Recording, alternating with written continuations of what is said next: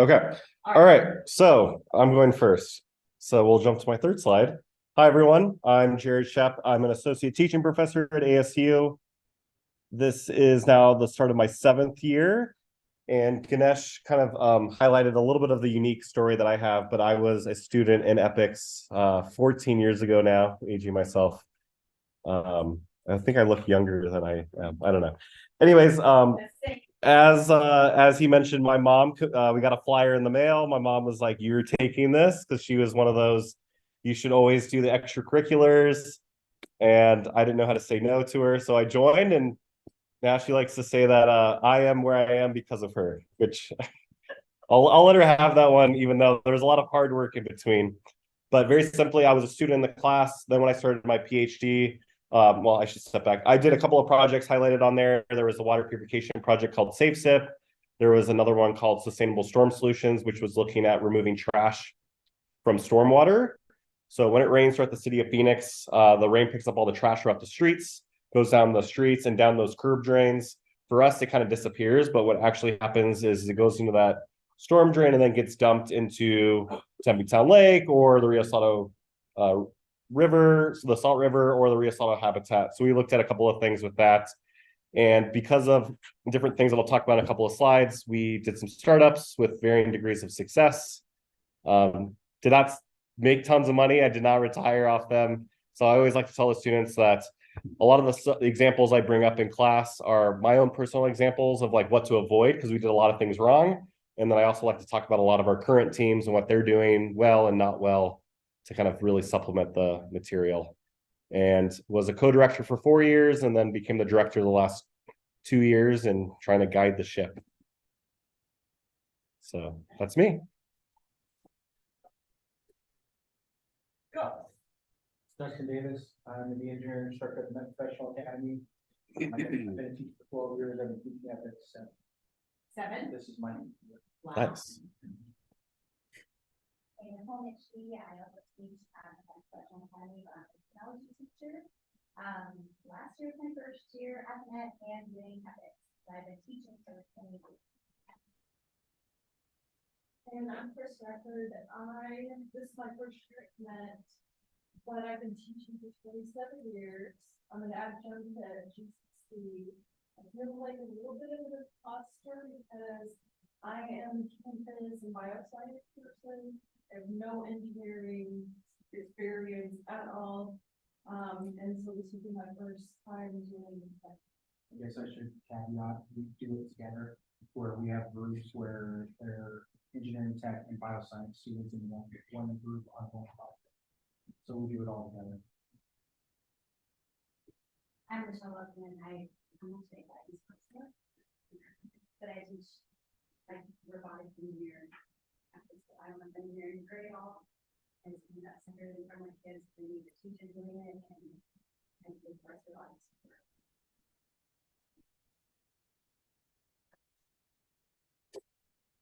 I'm Julie. This is my second year teaching. I've never taught at this before. I'm at ASU staff. Yeah, I don't have a teaching background. I have a background in STEM related.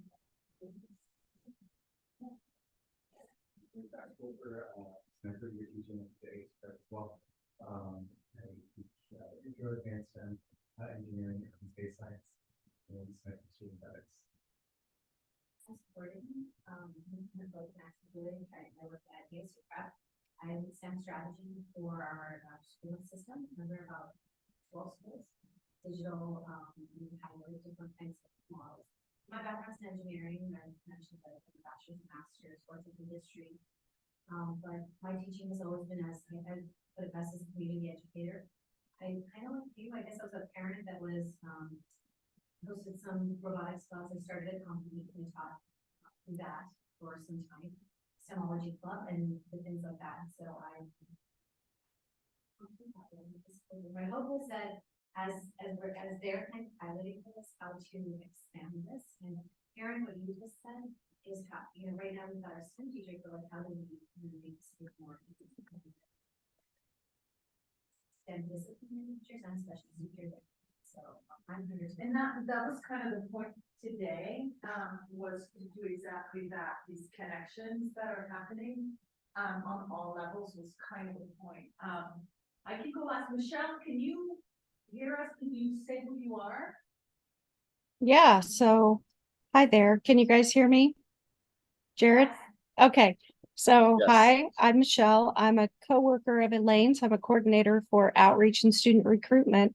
I can hear Jared just fine. Everybody else I can barely hear. But that's okay.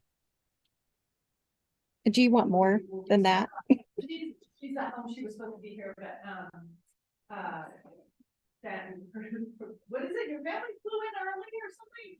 Yes, so my sister and brother-in-law, they were coming in later on tonight. They got bumped. And you know, Southwest, they like to move people around whenever. And so, yeah, they got the first thing in the morning flight instead. So worked out well for me, kind of. Cisco thanks you for, lunch. Okay. Well, So I'm Elaine. I started here about a year ago. I don't know if some of you were here for this story of how I ended up here, but similar to Michelle, I coached FIRST Robotics since 2008. So this is my 16th year being involved with FIRST Robotics. I am an electrical engineer who is now doing a master's in higher ed. So I'm sort of taking that turn into education. And so when I took this job, mainly because I had experience with FIRST, one of the things that I was handed was EPICS. And so I am very much like most of you, looking forward to just the training. I did do some training with Purdue, which is sort of their flavor of it and where I started, but really looking forward to this. After a year, get to hear what Here for the high school. oh, 10, 12? I don't know, a while. Long. It was Hope. There's a Hope Parker, yeah. This is my new year, because it was Hope, Parker back in the day, and then it became Jen and Ralph. Yeah. So did you ever go to a training where I was there? I did too, Good possibility, we did one, but my first training over the summer, was in the summer, and it was at, because we did a couple in that room. no, it was at the high school on Central. So I and wasn't there. Union School. Okay, I heard Richard, the coding academy, that's where I was on. gotcha. All right, so our goal is 125, we want to go across the way. We can do that. It's up to you all. I'll give them the option. Loves the idea. Everyone Yeah? loves the Okay. idea. All right, so let's jump into this because we only have 20-ish minutes. Yeah, exactly. So in terms of, as Ganesh alluded to, what we do for ASU, would say is very particular to us because I don't know if you can see my mouse. We have 500 students across 70 projects. So we have a lot of stuff going on, which ultimately means everything that we do is at scale. Whereas I'm assuming for you all, you'll have less than 500 students. So what that means for you is you're able to be a lot more involved with your students, a lot more involved with your teams. So for us, we kind of have a structured way of doing things to help the projects, but for you all, you'll be able to do it, I think, a much better way, to be completely honest. So I'll go through a lot of this today. A couple of things that in terms of our agenda, I'm going to go over a little bit of the history of EPICS, just to give you an idea of like the different flavors and how there are tons of options or ways to do it. So by no means am I saying we do it the right way, do it our way. I'm more of saying, here are the ways that we've done in the past. Here's how we do it now. Here are more tools than you might need. You'll probably, I'm sure, come up with better ways of doing things or your own version. That's great. And I'll just boil down to like what I would say are the key pieces to doing your own program. Some of you have been doing this already, so you probably, I'm sure, have lots of your own pieces of feedback. So for those that are brand new, EPICS is all caps. I always see people spell it wrong, but it's engineering projects in community service. So all the letters are capitalized. But essentially, we're just very simply an engineering-based, design-based service learning program. So what that simply means is our goal is our students work on hands-on, real-world projects with community partners. I've seen people do it lots of different ways.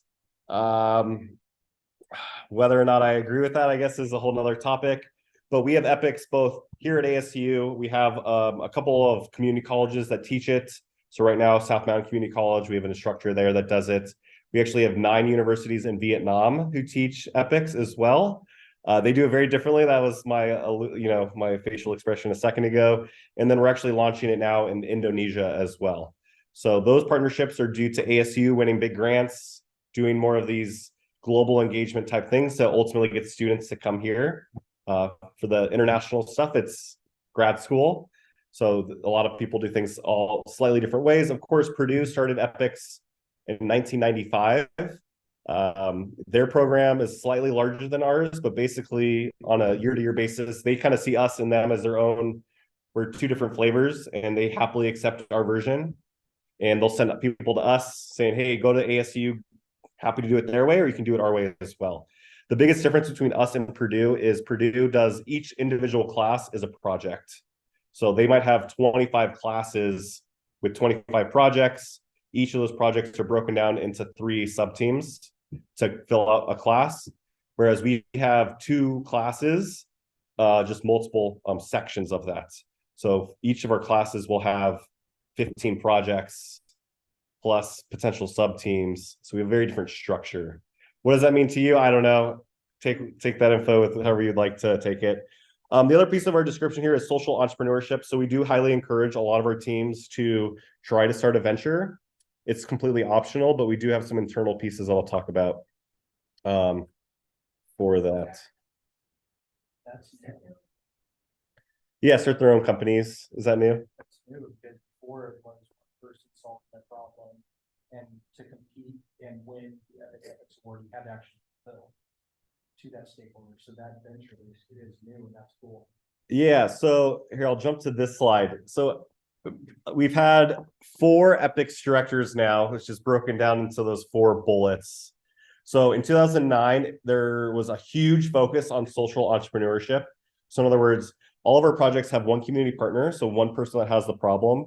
But the director at the time said, okay, the second you have an idea that's like tangible, go try to turn it into a venture. And what happened was a lot of teams got focused too much on the business side rather than making something that works. We had lots of news articles, lots of press. That's when I was in the program. There's tons of cool things that were coming out that made everyone excited. But ultimately, very few teams truly delivered their project because they got distracted by the business stuff. Then the new director came in with the full other spectrum, said, okay, we're only project focused. We're going to build something for them. Once you build it for them, you're done. So awesome. Good job. Then when I joined in 2017, we played around with a couple of different versions of that.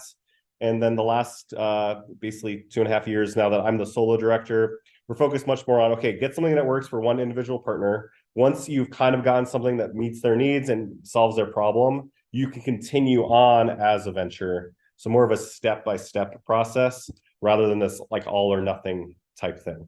So I hope that kind of gives you an idea, a little bit of like, there's a lot of flexibility within how you do this. There's no right or wrong way. I will say though, that at the end of the day, the goal is to help our community partner. So I would always try to push that as the most important piece. But we do have, for example, the EPICS High Showcase. Is that what it's called? Right? Yeah.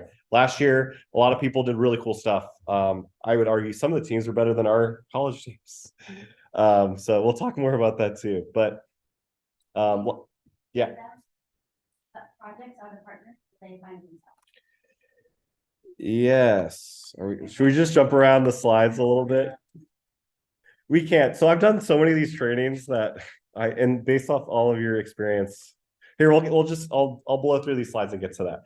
So you're fine. The benefits of EPICS, I think you all kind of have a general idea of this, but very simply, our goal is so that our students are gaining these skill sets that are not taught in their other classes. So most of our classes, right, are textbook-based classes, theoretical projects or problems. For ASU, we have a few intro to engineering courses where the professor might be the community partner. So I do that in my classes. I pretend to be a person, and then they'll design for my pretend version of whatever it might be. So for example, I might pretend to be the mayor of Tempe, design me a new entertainment, like amusement park in Tempe. So I pretend to be that person. Doesn't really meet what I would say the requirements are of EPICS. EPICS does need a real person to talk to. We'll talk about how to find projects and what those things look like. The other key things about this is we want the students to have the fun side of engineering. It's all about coursework and learning equations, but like the application of side of things in terms of how to actually use those equations on a project.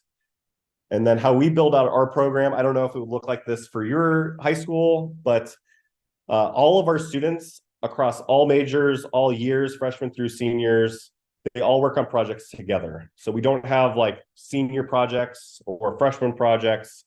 They're all blended together. So it gives a great opportunity where the seniors or juniors are mentoring the freshmen and sophomores. And our projects are multi-semester. They continue until we deliver, which may or may not be feasible in your classes. So that might look differently for you. I don't know if it's a one semester class. Do you have multiple semester? We have them for 2 years, so we 2 actually. years. have second years and first year groups. We do the Nice. exact same thing, like we're very similar. Oh, that's exciting. That's easier to do it that way, I think. Because if you do one semester projects, if you don't deliver in one semester, then what do you do with that project? Do you onboard a whole brand new set of students to pick up where they left off? Hopefully they have enough documentation to actually pick up where they left off. If not, they're going to probably start over and redo a bunch of stuff. Lots of things with that. This is the human-centered design process that we teach. So first, roughly 20 minutes that we have here, I'm trying to be very high level. We'll dive deep based on what you all ask after the class that we'll go to in a minute. But we spend about 4 weeks on project identification. So that's where we do what we call a needs assessment. So we'll go through interviewing, how to make sure you're interviewing your community partner, asking good questions to understand what the problem is. We then do user needs. So sounds like you're all interested. We'll go to my class. We're doing a conceptual design. This is where we're at currently in my class, but I will touch base off these 2 phases to bring into conceptual design, which might not make sense right now, but that's okay. So we go over needs assessment. Then specification development is where we take a user need and turn it into a design requirement. So when you talk to someone, they might be like, yeah, I want a water bottle that holds water. Okay, cool. That's a user need. But the engineering design requirement would be, okay, it's going to hold 40 ounces of water, keep it at this temperature, and like specify the actual degrees. It has to have a handle, a straw, whatever those actual engineering design requirements might be. So we talk about that as specification development. Conceptual design is where we start doing prototyping. We spend another 3 to 4 weeks on this. For our particular class, we've changed quite a bit over the last 2 years. So now we teach laser cutting, 3D printing, some very intro level CAD work. So we use Tinkercad, which I don't know if you all teach SolidWorks. So we do even more basic than that because our classes are once a week, 50 minutes. So we have them for a very small amount of time. So 13 hours a semester. Whereas how long do you have your students? 3 hours a day for 5 days.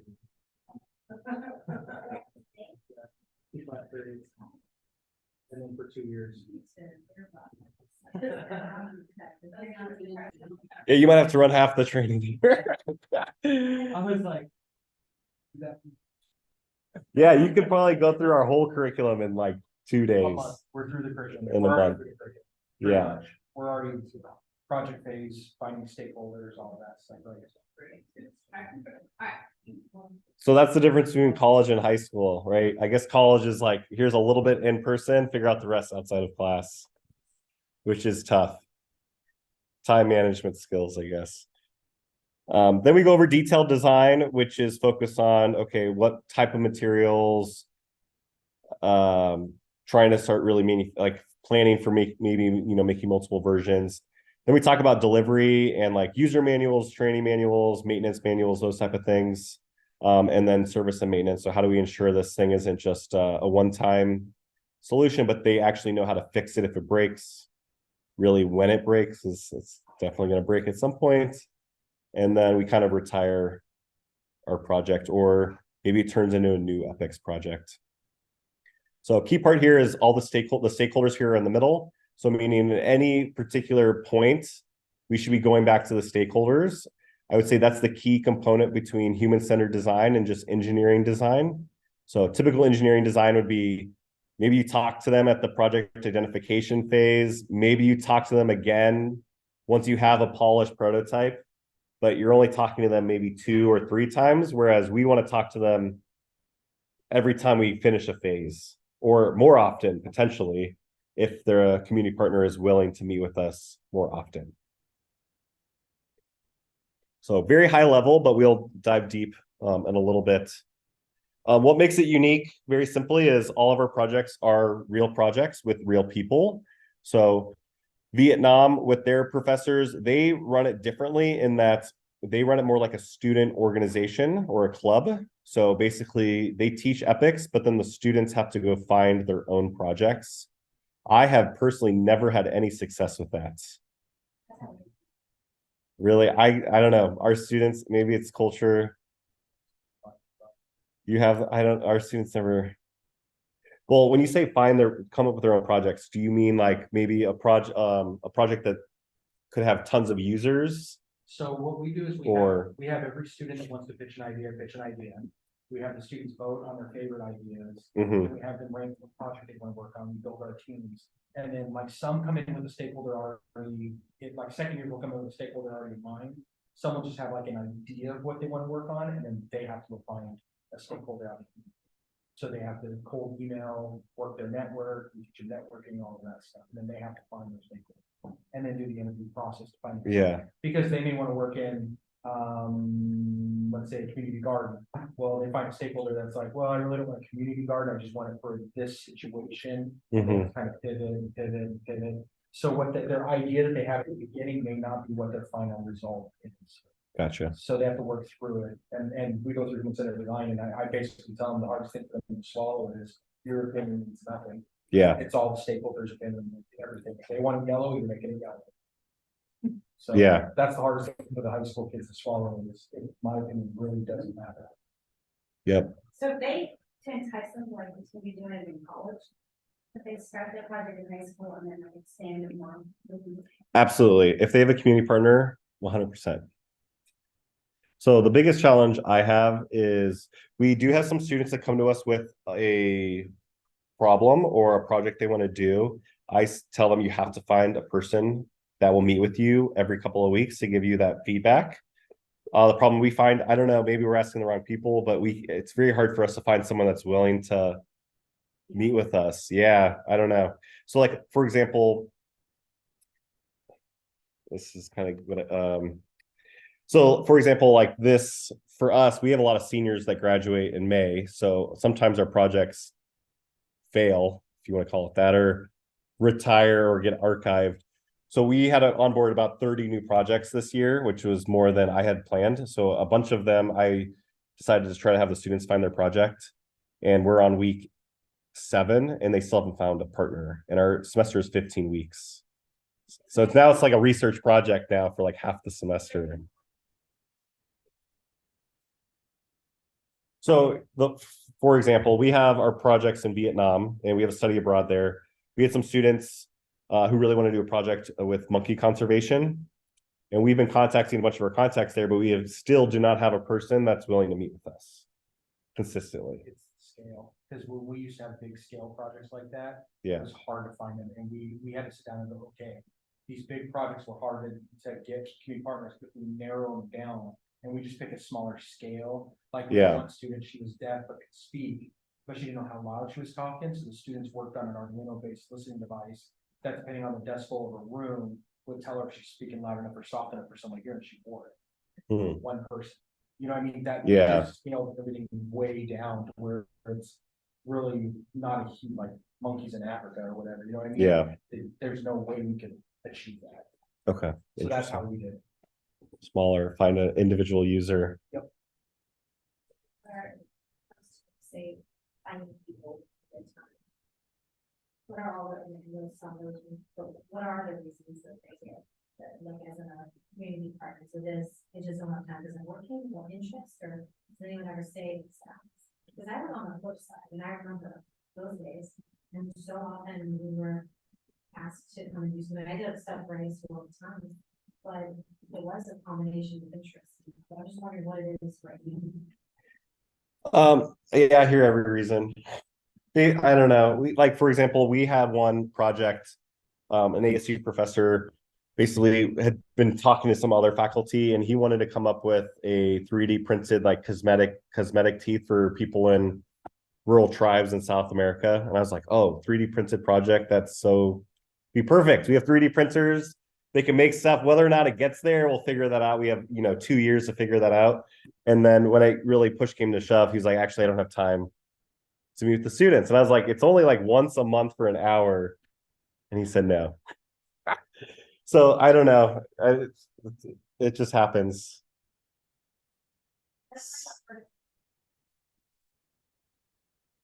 It depends. Like if I have all summer, I can find plenty. But if it's like, okay, I have 2 weeks and I have to find 3 projects, it's very hard. So it depends. If you're small scale, like for a lot of you, right? If you need to find like 2 or 3, not too challenging. But when you have to find 20, it's hard to find 20 So. or 30. The way Chris, Catilla does it at, Rancho Solano, he's middle school. What he does, you guys visited, it was you weren't there. So last year they visited, and the way he does it, because it's middle school, he sends out an email at the beginning of the school year to the entire school. And Yeah. the projects have to come from staff at the school. And somebody will say, oh, they want a special desk with special nooks and crannies and things like that. Great. They want to hang something a particular way. Great. That kind of stuff. And every single one of their projects comes from the teachers in the school. And now that they've been doing every year, people get, when you're sending out the email, I want to make sure I get my name on the list. And that's how we. So maybe that's how. We're starting to get that from the whole district. We try not to do it in-house because we don't want people to say that it's to benefit yourself. So, but we're starting to get like our, occupational therapists come and say, hey, we have this autistic child that needs X, Y, Z. Can you guys design something? So we're starting to build that. And I will just say this, we'll get into pitch funding in a minute, but, really, really, really important that it is, I'll call it like nonprofit, charitable, community service, right? The CMES, right? We don't want to be designing something that's gonna be a for-profit business that's gonna use the design for profit. It can be a for-profit business if what you're doing, the particular thing you're doing is to help someone in that community space. We look at that when you send us. Is there a limit of how much they can ask for? Yes, we'll talk about that. We'll talk about that later. It's a little bit, I have a pool. And depending on how many of you there are, how many teams I get, I just go and divide it up. And that's it. Last year was 600. I think it'll be a little bit less this year, but we just applied for another 15 grand. If we get it. And can the students, if they want to add more money to another, oh, no. Oh, no. That's not one for them. I don't think, I mean, we can't be not like $1 million or anything. No, they're not like, but some of them are like, well, we got it. How would you judge that at the showcase? We've done it where business partners have bought stuff for our projects, because we do what we call a showcase in November, where we do our own little mini. You guys go to class? Yep, we got to go. And we'll have business partners that'll say, I want help. The kids will have a budget. They'll say, can you buy this and this? The people will buy some product and give it to the kids. When you start transferring money between hands, that's where it's real nasty. So we learn. It's just hard. With our district, it's hard. We have money laying over them.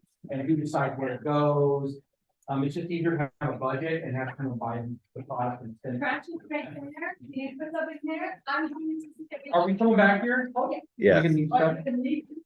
You know, just bring whatever you need. Francisco's gonna come down and get anything that needs. So Michelle, we're gonna go to my class. We're gonna do one of the activities with my students. Okay. So if I was to boil down, what is EPICS and what do I require? Well, I think that's like a bigger question. Are you asking like, what do they need to know in order to skip our 104? Or what do they need to know to be prepared for ASU EPICS?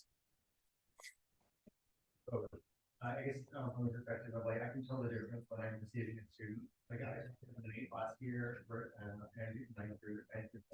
and I can very distinctly tell the difference from the students who I had last year, applying the skills that I taught them in the context that I'm doing now at a greater scale.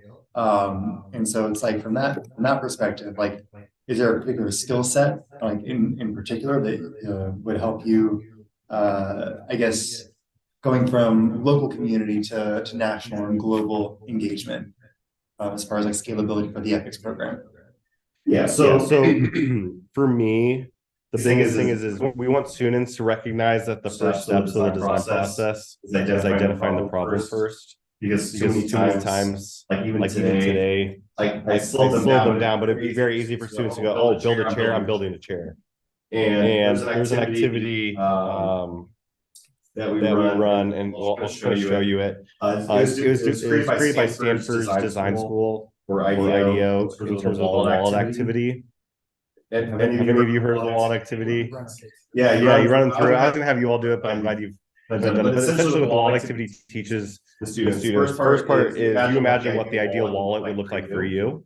And then you design out that wallet. And I have some slides I can pull up if we'd like, but you design your own wallet, and then I say, okay, now you need to interview your partner, and you go through multiple iterations of interviewing, and you start recognizing that what they want for their wallet is very different than what you want.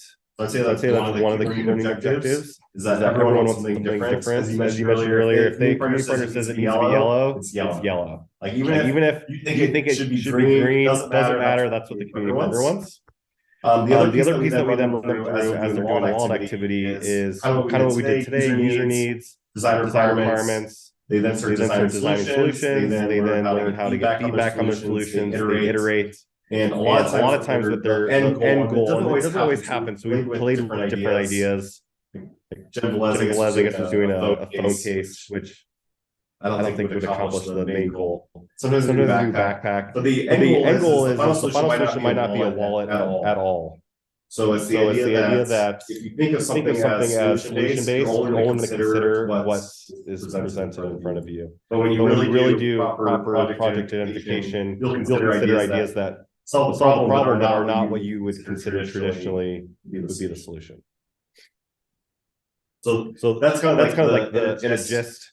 Knowing how to interview people, really knowing how to do root cause analysis to understand the problem, learning how to brainstorm, and being able to recognize the fact that like viable solutions might not necessarily be the obvious ones.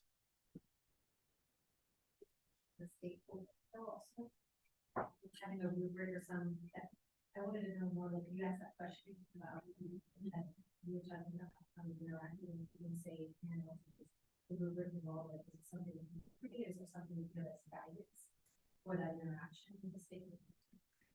Yeah, so we have, this is where like we have the good and the bad of at least ASU EPICS. So for us, as a 1-credit class, a traditional 1-credit class would be a seminar class. Basically, attendance is the grade. So for us, a lot of the things don't necessarily have like a traditional rubric and points. And that's also what I tell my students. Like if you come to me like, look at my A+ in the class, I'm like, that's not the point of the class. You should be, look at my prototype. That's what we want to see, not the A+. So most of the stuff that we have them do is unlike their other classes, which is really a hard mentality to break the first semester. But everything they turn in is for feedback. So they get a completion grade. As long as you turned it in and you look like you tried, you get full points. We have them do that multiple times. And at the very end, they turn in their final design doc. And that's what we actually grade for points. And I tell them constantly, like, don't worry so much about the points, worry about making sure you actually solve the problem and are making progress. So we've played around with lots of different ways to like evaluate them. And when you have a 1-credit class and you give someone an 80% on something, they get very mad. They're like, what? This is a 1-credit class. How do I have a B in a 1-credit class? I'm like, well, so we had to play around with stuff, and that's where we use the current model of full points, get feedback, and then we'll grade you at the very, very end. For the project term, I understand that one project should take the entire year. Oh man. Our ideal scenario is moving forward is 3 semesters. So the reason why I'm like saying that is because we have with 70 projects, we have about 20 projects right now that are on year 4 or 5. And that's way too long. Because what happens is every couple of years you get new people periodically, but eventually it's totally new people. And then they're like, wait, why are we even doing this at all? and then like completely start over. And then they did that 3 times, and now it's year 5, and it's like we haven't turned anything in. And we started having a big problem the last 2 years where community partners fire us. Like, hey, we've been doing this for so long, we don't see anything. So now we're moving towards a new model of our teams are we have 3 stages of teams, stage 1, 2, and 3, and it's correlated to the semester. And a stage 1 team has to have a prototype at the end. We didn't integrate that till this semester, so we'll see where we are in a couple of years. Stage 2 is your second iteration of your prototype, and stage 3 should be essentially delivering something. It might still need to iterate, it probably break, what have you, but at least our community partners are seeing a physical thing every semester. Because they're willing to deal with us for years if they're getting something. For school, we finished, it's done that semester. So do you guys run it 1 semester or like a year? A year. For the year. They start in August, they have to have a prototype by December and then implementation by April. Okay, so kind of somewhat along those lines. So if we're doing one semester, you just want really simplistic projects.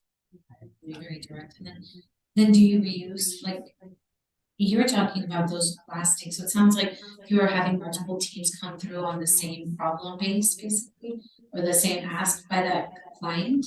And you said it was 4 or 5 years. Will you give me an example of that? I'm trying to, like, what is one project that has been going on for that long? I can give you one. Okay. I have a few, but yeah, go for it. We're working with AJ, and he's really high up in IBM. He's wanting to work and build a virtual reality system where people can learn about endangered species. So the team is also working with him with the VR system, but they're also working with the Arizona Game and Fish to learn about endangered species. So now it's molded into, it's a VR system where if I walk out my backyard, I find an eagle on the ground, what do I do?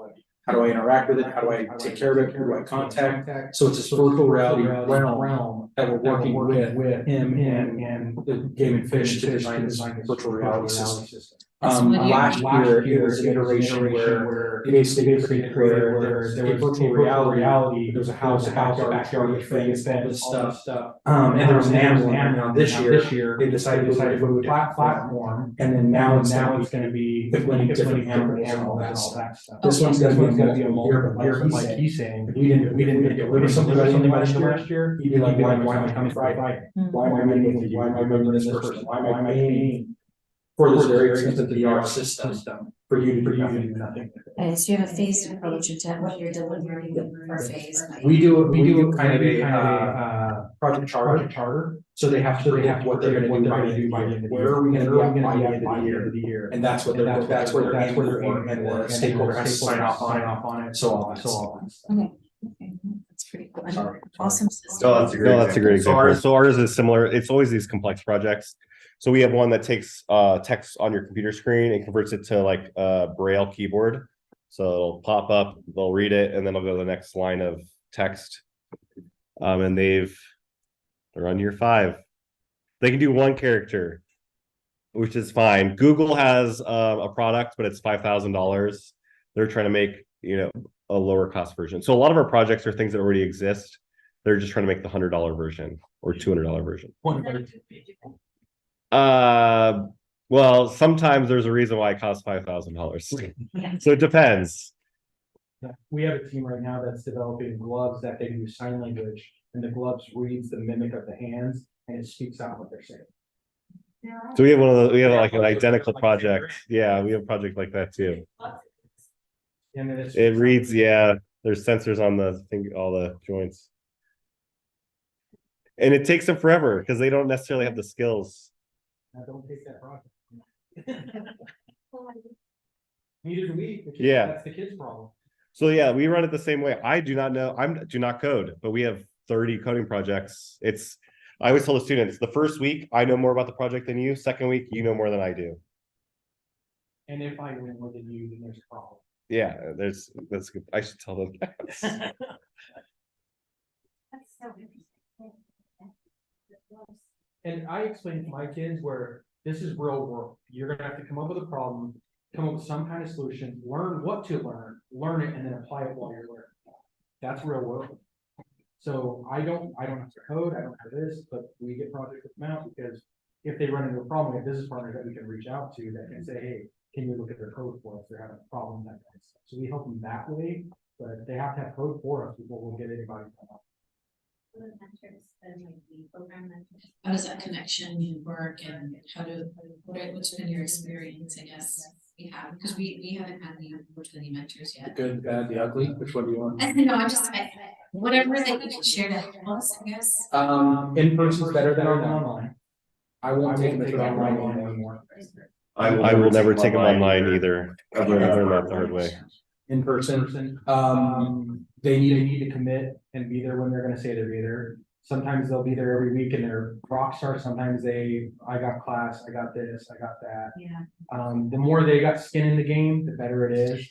We learned that they're a little too nice for what we wanna do. Instead of, they're here to help them. Instead of saying, write some code, we'll take a look at it. It's, oh, I've got code for that already, I'll send it to you. We're like, no, don't do that. So it's that fine line we walk. And it's almost like we have to train them when they first coming out of what our expectations are for them. And that makes sense because every school is going to have a different expectation. I popped my head in there this morning. I have 90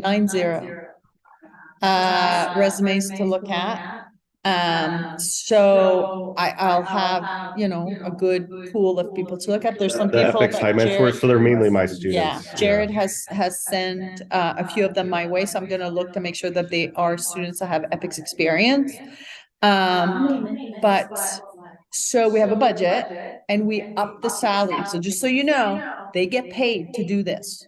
This isn't out of the goodness of their heart. Well, it is because they're interested, right? Otherwise they wouldn't apply, but they get paid $500. It was 300 last year, 350, something like that. Anyway, we bumped it up to 500 this year because of what you just said, because of the in-person part of it. And it takes some time, right? In their day to get to you guys is an hour there, an hour with, and an hour back. It's long, right? So we wanted to make sure that they were compensated,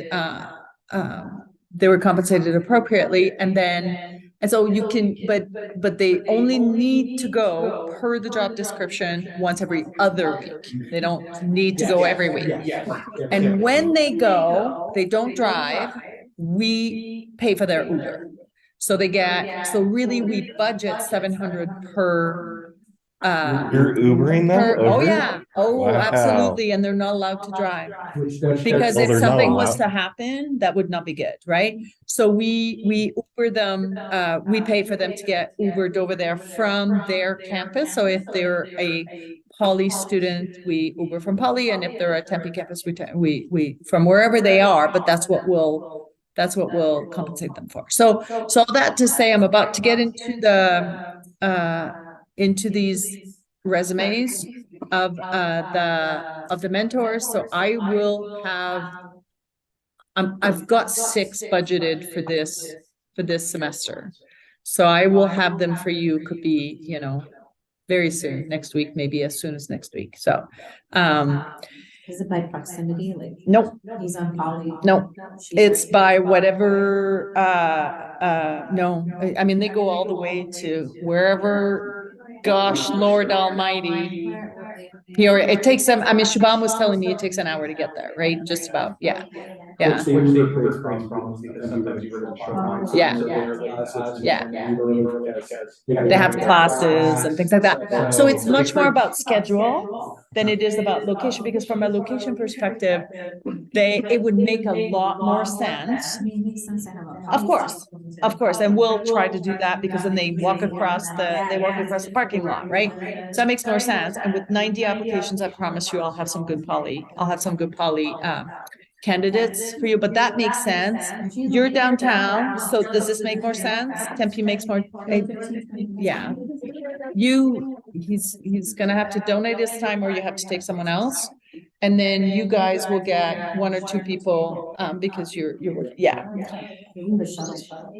So, that works.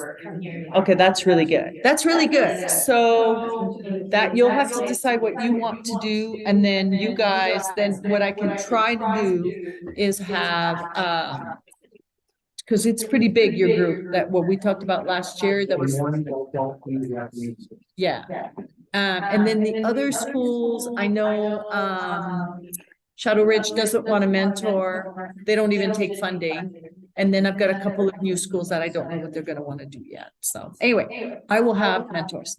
Okay, so we'll get into that. So what's next? Where you want to go next? Oh, really quick. Sorry, hold on, Yeah. Trey. There are like six rules defined in the for like students to take. What is the minimum size? Like this would work for aspects here? I saw 4 as the smallest team last year. I would I say don't think 4, yeah. anyone had anybody had, We have one team. you had one team of 3? But they're designed to look for library of the roads. So that's doable. And then the web science that we have by the next semester. Our biggest is 6. Can we make bigger teams if they want to make like a 8? It is from, I think from ASU's perspective, whatever works for you, because we just fund your supplies is what we do, right? If the team is manageable and is working and the kids are learning and you're getting the educational impact that you want, as well as the community impact, I think for us, you know. Yeah, my recommendation is try not to do more than 6. If you do more than 6, I would have sub teams, like a hardware team and a software team. That's, Yeah. I say the same thing for first. I always say my like stars are singing number is 6. It's, you can. And 6, depending on the project. Depending on could the, be a lot. yeah, because you can But do. we have so many 2 students and not enough projects that I have to do like 7 or 8. But Yeah, I think. my ideal world would be 45. Yeah, so I would say, Michelle, that if whatever your model works and you've got 8 students, we won't turn you away because of that. If it's working for you and it's working for the kids, no problem. No problem for us, yeah. Yeah, you have a team of 2, I'll be like, ooh, you know, that would worry me that it's too small, but I think other than that, we're good. Do you have something that you say you don't do as projects, like, do those have to be approved by you? Medicine. Anything they ingest, yes. No, That's the one thing we Yeah. always say, anything they ingest. It's just too dangerous for us, you know, lawsuits on this. So from, there's a charter, which I thought I shared with you, but maybe I haven't, but basically, number 1 is, it is in community service. So if something comes out and it is, if the reviewers who review your charter see that there's profit to be made from this, they're gonna come bring it back to me and say, this is not for community service, right? So it needs to have that piece in there. So that's number 1. And then I would say, you know, number 2, I mean, obviously it needs to be engineering and so on. And the other thing that we saw last year, and we let it go because it was a difficult year, but it needs to, like you were saying, Justin, is that if the existing solution is $1,000, right? Give me a solution that's $200 or $300. That makes sense. But if there's an existing solution where I can go on Amazon and order the trinket for $100, and you're asking me to fund you for $400, right?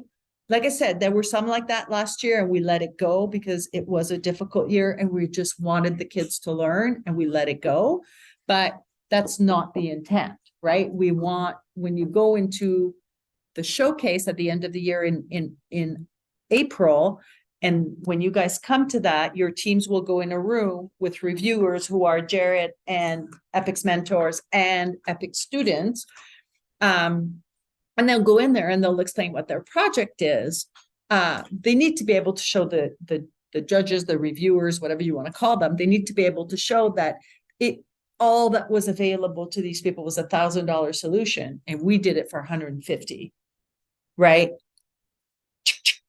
Yes, that's what we want. Or be innovative and show how it fits the needs of that stakeholder that's different than what is already. Yes, it wasn't available on the market at all. Right? This person had nowhere to go and we designed this thing and it cost $250. Okay, great. That's what we want, right? Because we can only fund so much. And I would say the majority of the teams that I reviewed last year we're, and all the way from zero. Some of the schools are self-funded and they do it on their own, all the way to I think I had a couple of teams that went over 500. But generally speaking, they're in the 150 to 400 range, I would say. And that's about where it is. A whole lot of PVC, a whole lot of wood, acrylic, screws, Arduinos and things like that. Yeah, Cause you buy, yeah, Yeah. except for during COVID. Yeah. you can find them. And I have Arduinos sitting on my shelf. I need to figure out what to do with them because we're not really using them. Yeah. Okay. We can go upstairs before you leave and grab stuff. Okay. need some too. So we'll go upstairs, like seriously, we'll go upstairs and we'll go look at what I have for Arduino. If there's anything in there that's useful to you, it is, my philosophy is if it's collecting dust, Yeah. I would much rather have it in the hands of the students. So we have that. And then the other thing I was going to say before I lose my thought, is if you need something 3D printed here at ASU, and sometimes it's cutting something, right? So the machine is only so big. We ran into a little bit of an issue last year where that was something that was so big that there was no 3D printer here that could handle. I think you're right. I think you're right. There's nothing here, right? So when they are designing something to be 3D printed, that's great because that's a wonderful skill to have. But there is a physical limit to what you can 3D print within reason, within the state of Arizona, as Justin said. Let me tell you, I went to the 3D lab right here. I went to Poly, like in person with the designs, and he knows all the millions of emails that went back and forth. I mean, basically they said no. So that's the first thing. The second thing is, well, that's what it is. So if it's something really big, they may need to break it up and slice it into different pieces that they need to plan for how they're going to attach it. So that's the first thing. The second thing is the kind of filament. If they want us to do it, right? If it's your own machine, you figure out how to do it. But if you want us to do it, there are rules on what it is that you can use, because some of the stuff that we bought last year, unbeknownst to me, because I didn't know, has toxic, is toxic. Yeah. So when I went over there, Justin, the other Justin, who's our facilities manager, went, so sorry. And he wouldn't even take it. Like if I said, fine, you don't have to, we'll get you new filament. Do you want to use this? And he said, no, I don't want it in the building. Like he just didn't want it. So if you have someone that's 3D printing, I don't want to give you too much of the details, because I think it should be the kids' responsibilities to call their supplier and say, we want to do this. Will this work on your machine? If so, what kind of filament do I need to purchase so I can put that in my budget? But there's a fine line that I heard last year. I told them to reach out to her because I wanted to go through that. Yeah. I didn't realize it started reaching out to all these 30 different companies. Oh. And then I already knew this didn't do it. I should have stepped in and said, once she said no, Yeah. you need to cut it out. And I just kept saying, maybe you guys should think about cutting it. Maybe you should think. Yeah. And they were trying to take the easy way out, trying to find someone that big, when I should have stepped in and said, you need to slice it. Yeah. Nothing that way. Yeah. If ASU can't do it, slice it. Yeah. That's a good tip. So there's that. Then the other thing I was going to say about vendors, no Amazon. No, Amazon. We love Amazon. Ugh. So here's the thing with Amazon. If you want me to order from Amazon, the problem is that, and we figured it out with you guys, right? Where Jared knows this, we cannot order from Amazon without going through, we cannot order directly from Amazon. We have to go through Workday, and then we have to have it delivered from Amazon only to specific addresses, right? And the way it's set up is you can send it to ASU Tempe or ASU Poly or ASU West or ASU Downtown.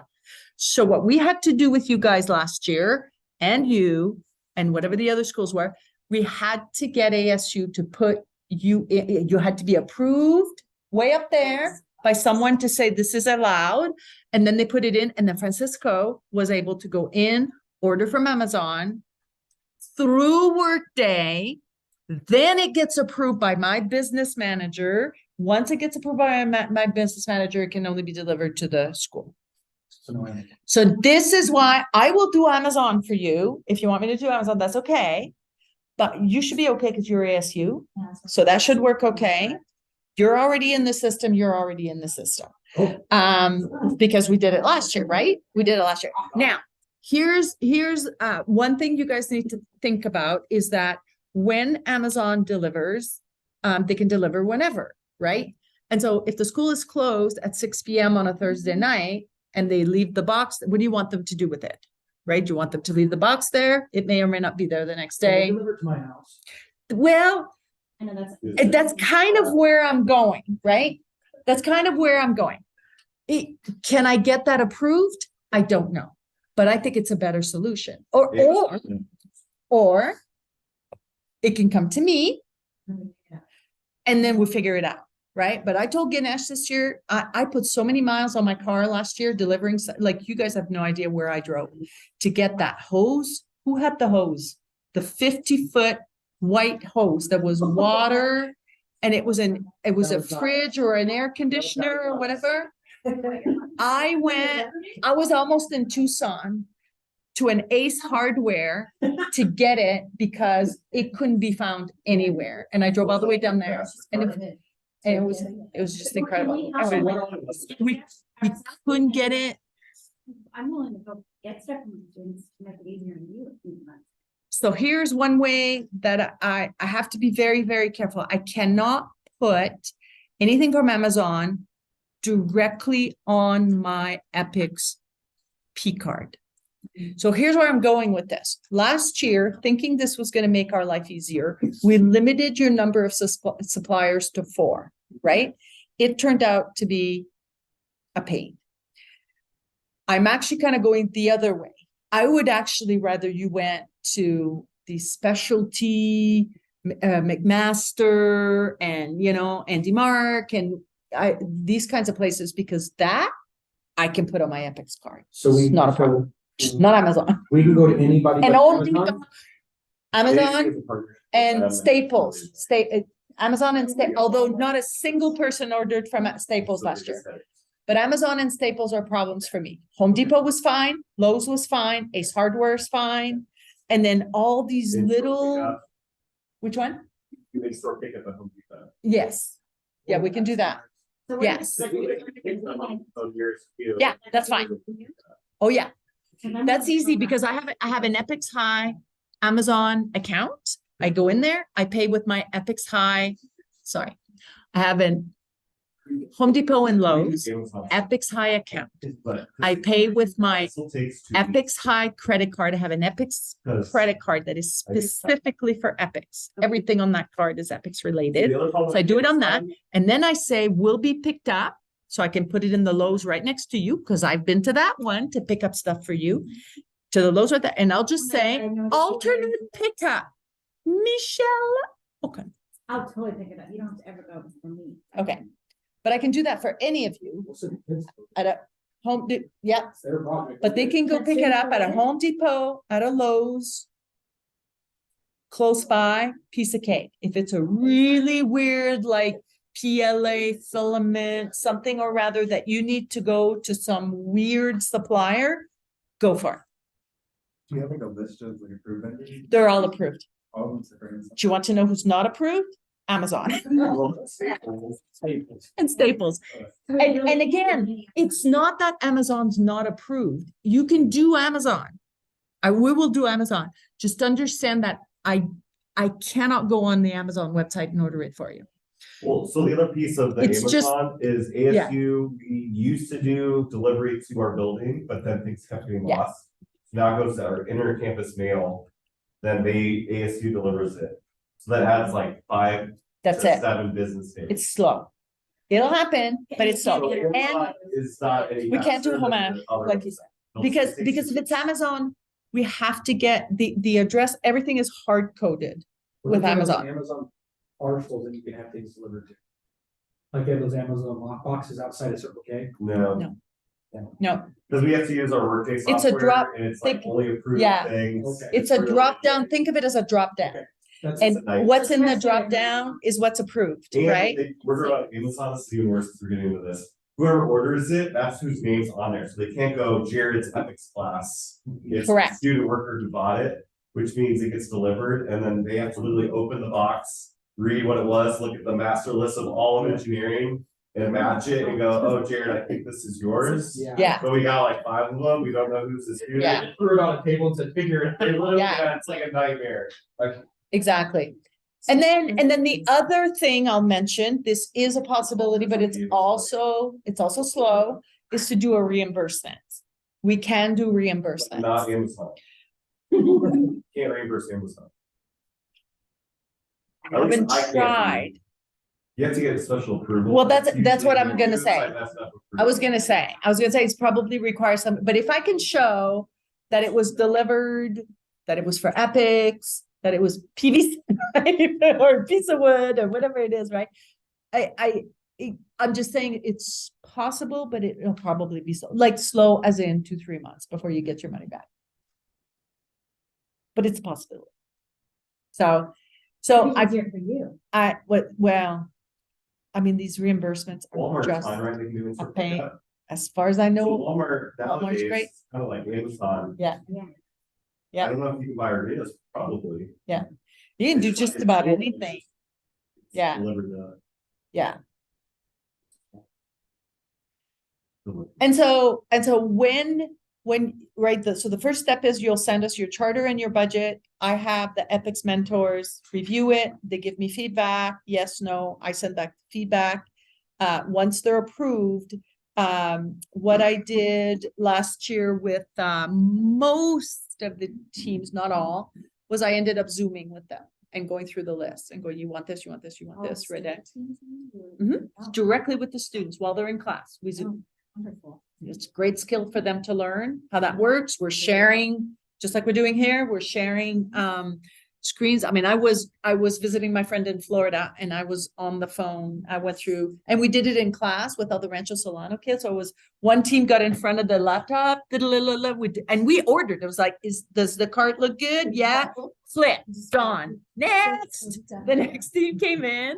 They put stuff in their cart and then is this yes?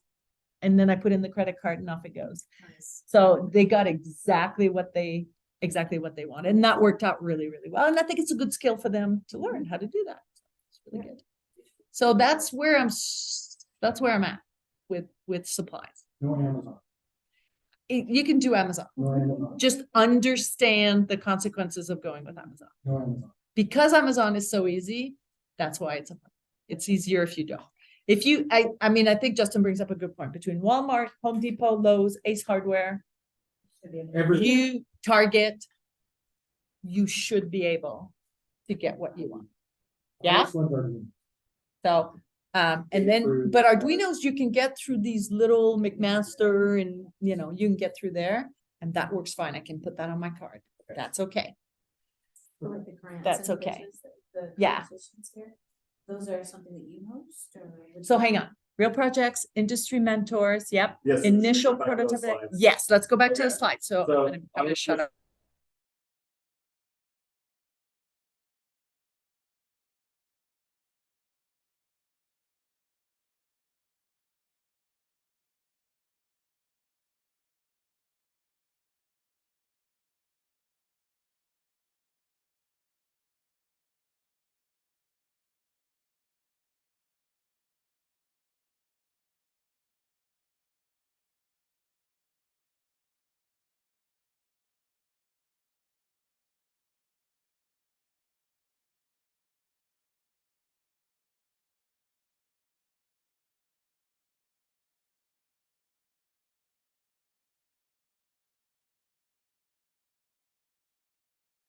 We have about 20 industry mentors, and then we have about 20 undergraduate teaching assistants. And they each teach 1 to 2 skill sessions. Basically, the theme is what do you wish you learned earlier in your career or in college? So we have things like SolidWorks, Arduino, coding, career advice, resume prep, those type of things. So we find our students really like those. We always find that catchy topic names are really what draws audiences. So I don't know if that's something you all could offer, but potentially could do those type of things. Maybe they're like outside of class and it's on Zoom or something like that. Let's see, let's kind of run through this. Did that. So I have the slide when I talk to other universities trying to do EPICS. So I don't know if this really fits for all of you, but depending on what size of program you're trying to go for, you could start. Are you all planning to do like a specific EPICS class? Like this class is specifically EPICS. What is your class? It's kind of like. It's built in, intertwined. Whenever they, we get an hour every Thursday, we have the different content.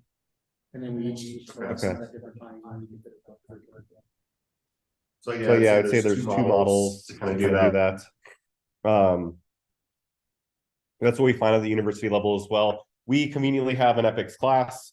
We've seen other universities where they're not able to commit to a full class, but they'll convert a class where they have a project and turn it into a real project. And there's varying levels of involvement from a community partner. So for example, my intro to engineering course, our contact retired, so now it's fully a theoretical project, but we went to the Phoenix Zoo and they were interested in automated food dispensers for their zoo animals. So I would say, we'll get to that slide, sources of projects are just people in the local community, but they said, oh, it'd be cool if the animals did a game or did something, press these big buttons, and then food came out. And it only worked for an hour a day or something, so they didn't overfeed themselves. But we did that as an EPICS project. Our contact retired. I got him to record a bunch of videos for me, and now my intro to engineering class, it's a theoretical project, but I have like 20 videos that they can watch. He talks about 10 different animals. We show the exhibits, but that would be a way that if you can't do a full-on EPICS class, you could figure out a way to like integrate it into it, whether it's a true EPICS project where you have a person to talk to, or you could do it something where it's supplemented with videos and maybe someone talks once a semester. So it gives you a little bit of flexibility, at least at the beginning. And then as you go on, do more and more projects, find more and more community members or nonprofits, you can start doing bigger scale projects.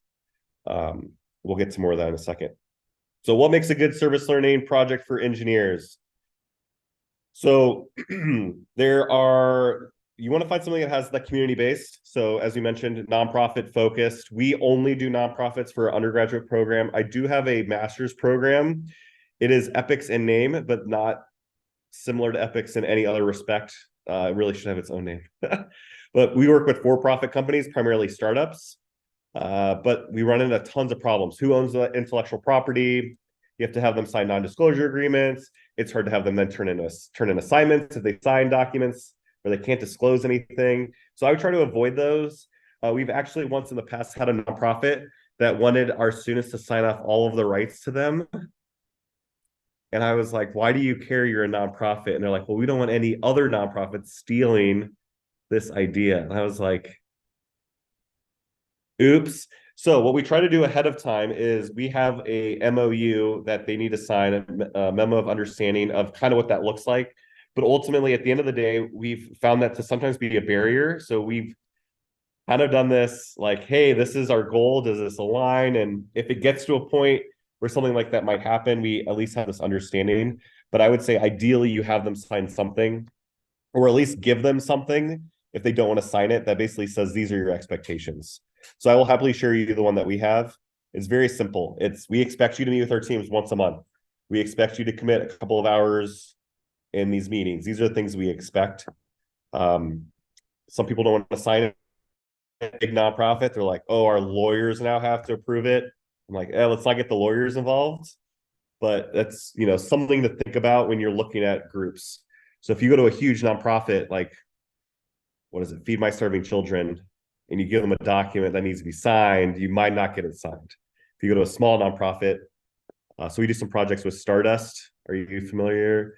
They're the Goodwill, but for like home building supplies. So if you want to redo your kitchen and you don't know what to do with your cabinets, they will come in and remove your cabinets for you, which is nice. And they'll make sure that they don't get damaged so they can resell them to support their nonprofit similar to Goodwill.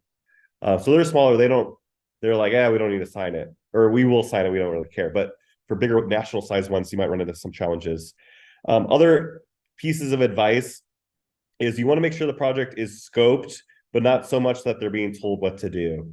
So we, every once in a while, we'll have someone say, oh, I really want this new wheelchair that does this. Here's my ideas that I have. Can your students build it for me? And that might sound off the top of your head like a great project. Oh, cool, we'll redesign a wheelchair. But it turns into is the community partner is just telling them what to do all day. They're not being creative, etc. So I would try to avoid that. The best projects I always find are what I call back burner projects, non-business critical. Usually all the conversations I start off with people, and these are like cold emails where they don't, like the best projects are, let me step back, is when they come to us and say, hey, we need help with this. We have no idea how, but this is our problem. Perfect project. However, not all of them will be like that. Some of them will say, oh, we don't have any problems, but then we're like, oh, well, can we just meet with you to learn more what you're doing? And then you start talking, and then they'll bring up one or two little pieces, and they're like, oh, well, could some students work on this? So I'll give you an example. We're trying to do this monkey conservation project. We do a study abroad in Vietnam. There is a local hotel about a mile from one of the sites we go to, and they have these monkey bridges. So these monkeys migrate, but with the roads, they get in troubles with cars and stuff. And we talked to them about a project. And they're like, oh no, we're good. We have these bridges, what have you. And I'm like, okay, well, how long do the bridges last? They're like, oh yeah, a couple of years, and we have to do maintenance. I'm like, oh, so if your bridges lasted longer, would that be nice? And they're like, well, yeah. I'm like, oh, so could some students figure out how to improve your bridges so they last longer? They're like, oh yeah, that'd be great. So like originally, no, we don't have projects, turned into, oh, they could make it better so it lasts longer, or they are more easier to maintain, turns into a project. So I just try to get people on the call to just start chatting. It's kind of tough on those meetings, but I recommend ideally 2 to 3 meetings with a nonprofit. If you're lucky, the first one's like, yeah, we have tons of problems, that you could do any of this, and then you only need 1 meeting. If they're like, we don't really know what we need help with, it might be a couple of meetings to massage the project, but I would definitely avoid projects where they tell you what to do. I'm doing a lot of talking, so I just kind of keep going. Yeah. Because I just had this idea. Yeah. One of the people I interact with quite a bit, her name is Anna Prakash, if you know her. She works for Intel, but she has an organization called Education Empowers. And she works with approximately 50 boys and girls clubs around Arizona. And now she's starting to dip into Utah and kind of the Four Corners area. So we work together all the time during the FLL season because she's working with these people all the time. If you have a boys and girls club branch that is close to you, where this would be a good idea for your students to talk to them and say, do you have a problem that we could solve? I can get the connections going through Anna and through Education Empowers, and everybody's a nonprofit. So that I just want to throw that out there as an idea, as a possible source of your community service project. Okay. Another piece to add. So the non-business critical is very important. So I make this mistake like once every year or two. I took on a project last year. It's someone lives by South Mountain. When it rains, their wash gets eroded. And they're like, yeah, we need some students to like redesign the wash. Maybe it's aesthetically better, or maybe you can help us design how to prevent erosion. But we needed to get this done soon. And I was like, okay, we can try to get this done soon. Well, what ended up happening was they went to one of their HOA meetings. They finally convinced the board to invest money. And then halfway through the semester, basically 2 weeks ago, they hired an engineering firm to fix it. So now we're 6 weeks in, the project now is gone. So now I don't know what to do to these students. Firm and say, hey, I've already got kids working on it. Can we parallel with you? Yeah, so that's what we tried to do. The firm's like, well, what are they doing? Our insurance, like, I don't know if we're gonna like. What firm was it? I don't know. I need to hound them and go meet with them. I was like, can you just have some students shadow you? This would be a great learning experience. But that's an example, right, where sometimes if it's business critical and they need to get it done, they will either get really annoyed and they'll be a pain because they're constantly like, where is this? Where is this? Or you run into the problem where they fire you in the middle of the semester and now you don't know what to do. So I would try to find these projects where it's like, oh, that'd be cool if we figured it out, but we're just not working on that right now. It's like, oh, cool, the students can figure it out. The reverse is we've had a project, which is one of our bigger successes in recent years. There is some nonprofit owned some land north of Safeway off of Rural. Yeah. And basically they said, we want your students to design these tiny homes to help us get the permits. So they made some designs, some cool things. They submitted it in, they got the permits, project is delivered. And then they hired a construction and architecture team to like use the designs, which they ended up not really using much of, but the students were able to say, hey, look, we're the preliminary designs. So a lot of cool press to be able to say our students like got this project going. So it's still a success while their designs weren't the final product.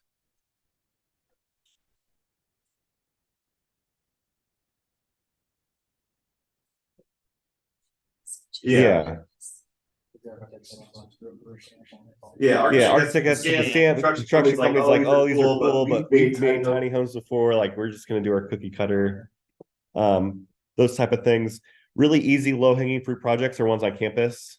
I need to do more of those because they're just like what you all were saying, proposal to the people. So we have a bunch with our maintenance team. They have a maintenance cart with tools. They're like, oh, it'd be cool if we added electric motor and it was like electrically assisted or braking system because we're moving 300 pounds of tools. Super simple project. They had one of the bird scooter motors with they just basically rip all the stuff off, throw it on the cart. That's an easy project. ASU has maps on campus. They want to add some things for people with disabilities, so like audible maps, or other kind of key features. So basically what we find is ASU campus people are like, cool, these are cool projects. They're already understanding of students and those type of things. So you guys for at the program. Yes. Would our high school students be able to like do some of the projects? Join them. I mean, technically we could. I don't know. We'd be okay with it. We'd have to follow the minors on campus policy, but that is not an insurmountable challenge, I think. We just have to. Yeah. Oh, absolutely. Absolutely. I could see Dr. Ganesh jumping on that and figuring it out, right?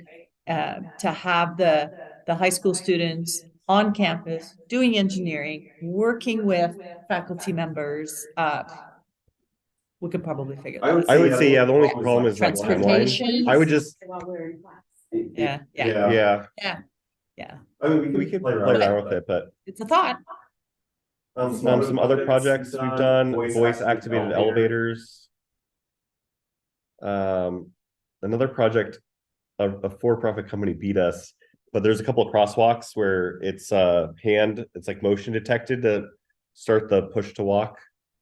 So we were trying to do that during COVID. We're like, rather than pressing the button, and then some company made it and installed them around Tempe. It's like, dang it. So You can see. yeah, so those were some good ones.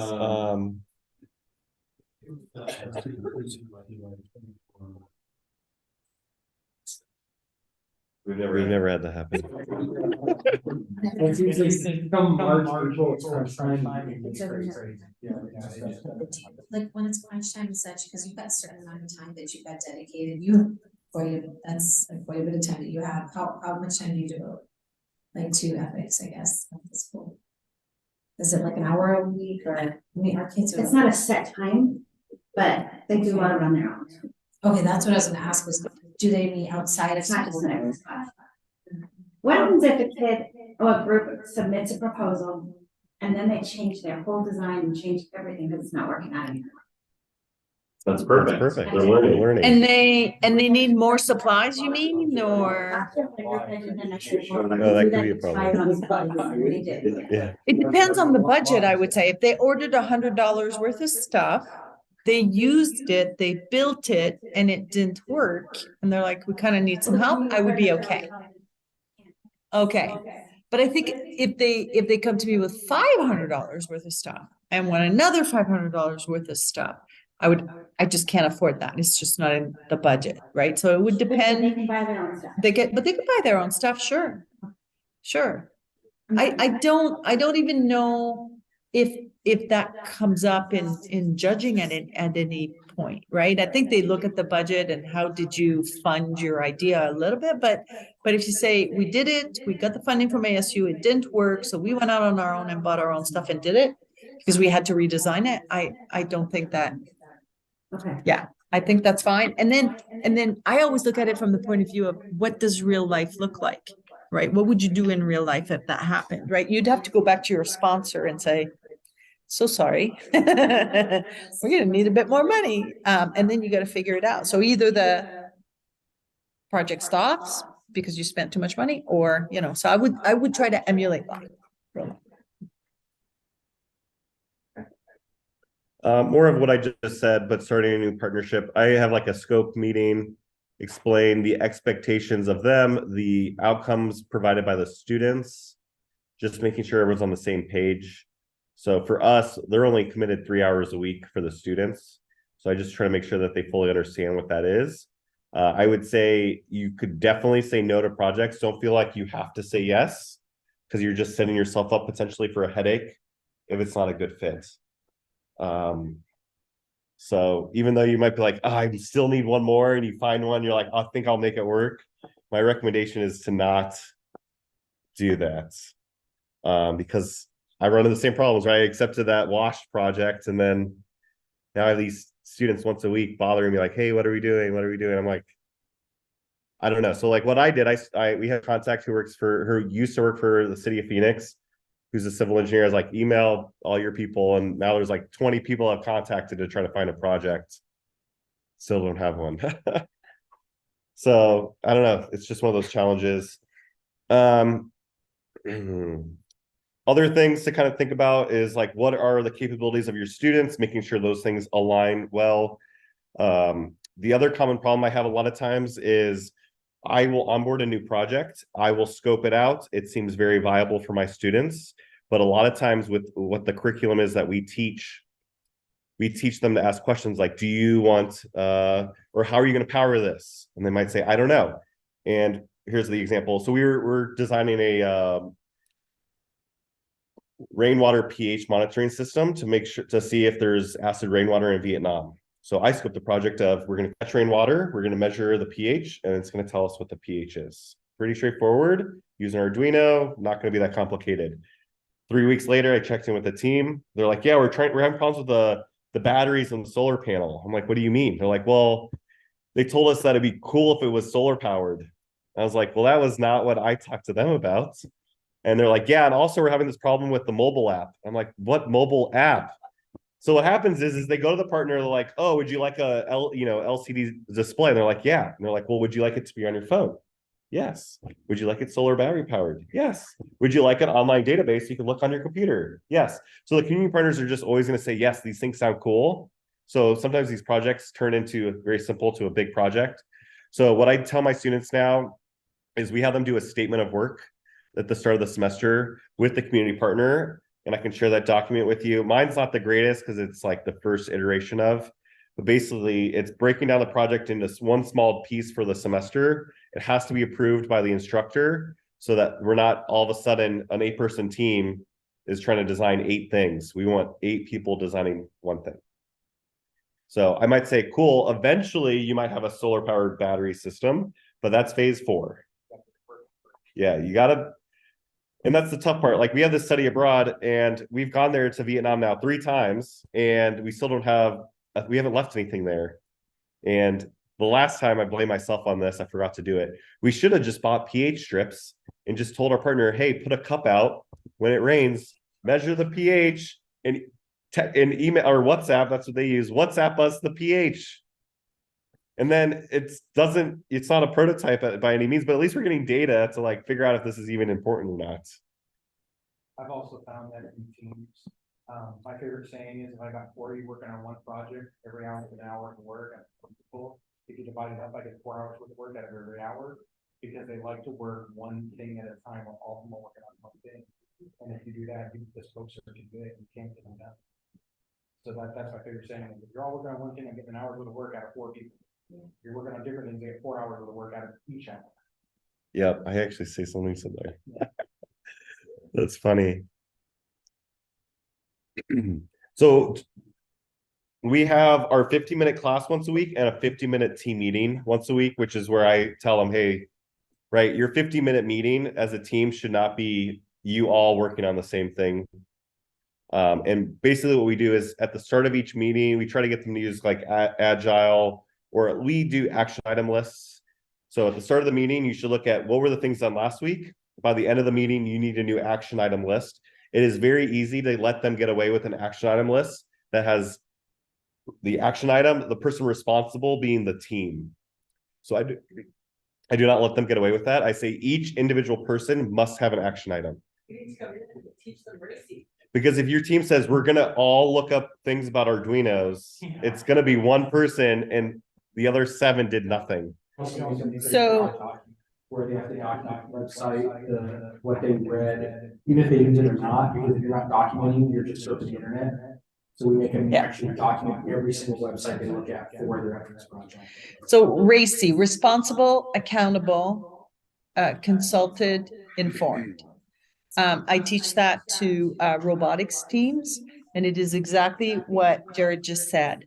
And I'm happy to do a Zoom if you guys want, and I've got the slides, I've done it many, many times, but it is exactly this. Every task has to have one person who's the A, is what we used to say when I was in industry. Who's the A? Man, who's accountable? Who's accountable is the boss. The boss can only be one person, cannot be 2. Consulted. The C is consulted, the I is informed. You can go on YouTube, just put RACI matrix. People do it different ways. Some people have changed the acronym, but I stick with RACI because it's really the industry standard. It's a project management tool. And it's exactly that. So they figure out what needs to be done. And there's 4 or 6 or 8 people on the team. So they put it up at the top. And then they say, okay, who's going to be accountable for the project charter, let's say, right? So it's going to be Chris, who's the accountable, who wants to work on it. Well, Chris says, I want to work on it too. So, okay, Chris, you're an R, but Nicole says, I want to work on it too. Okay, you're an R. That's fine. You can have more R's. You can have more people working on it, but you can only have one A. So let's say that Chris and Nicole completely disagree on how to do this. Okay. So then they go, we're going to go ask Chris, whoever's the A, to make the decision. And if it's her, it's her. And if you don't like her decision, too bad. Welcome to life. You need to move on, and you need to go all in. So you can imagine how in robotics, I didn't want to use those wheels. Sorry. He's the A. Did you get an opportunity to present your case? Yes. You've been heard. The decision's been made. Welcome to real life. You need to go forward and engage. So I do it's about an hour, but it's really, really good. And then they can put that in their charter. When we say, what are the roles, they can just cut and paste their RACI matrix in there.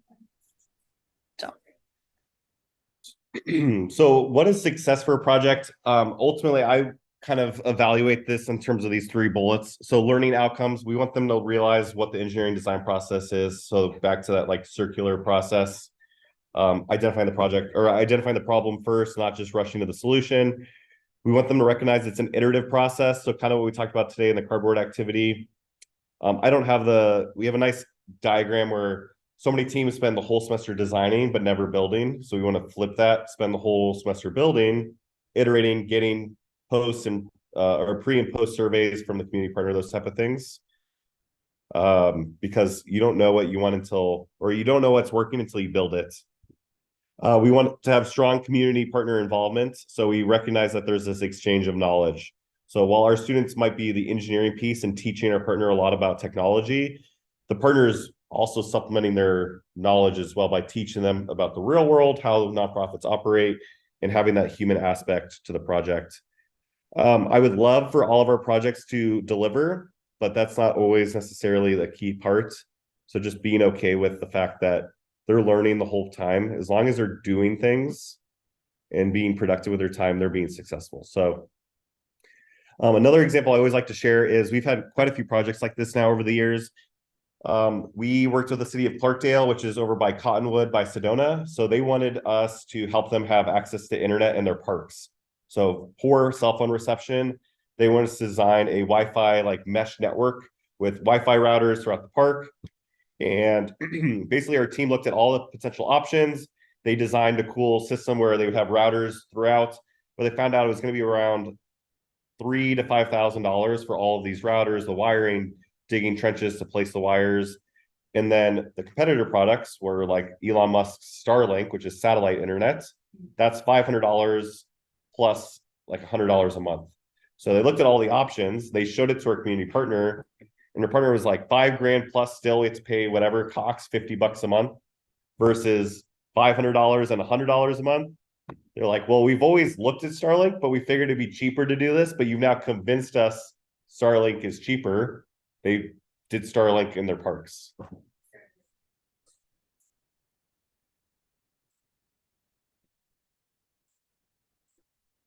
Exactly.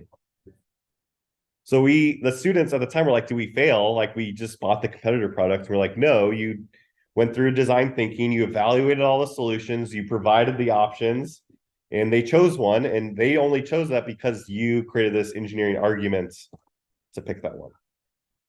We had another project. We had a small farmer with like an acre of land. Whenever they did flood irrigation to irrigate their crop, but there was a huge slant, so the water would pool up in one corner of their plot. So they came to us. Great example. They said, we want a pump system to pump the water back up. So our teams went through pumping, figuring out all the different formats for the pumps, found out it was going to be a couple $1,000s a year in electricity costs, or they could rent a bulldozer and make it flat. And it was cheaper to rent the bulldozer. So they rented the bulldozer and made it flat. So again, same thing. They went through the entire design process. They looked at all the options. The cheapest option wasn't the cool, innovative engineering one, but they still went through the engineering design process.